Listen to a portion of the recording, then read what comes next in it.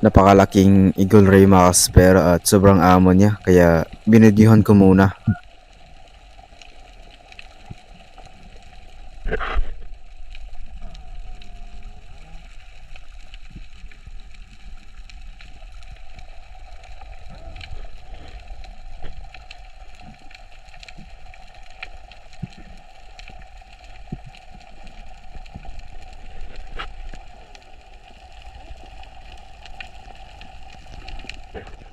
At di nga nagtagal mga kaspero at nakakita rin tayo ng ating target fish na 2 golden trevally at pinakamalaki yung nauna mga kaspero kaya yun ang tinira natin. Daplis naman yung patama natin mga kaspero at mataas pa yung threshold natin kaya nilapitan ko na para dakmain nang sa ganoon ay secure talaga ang isda mga kaspero.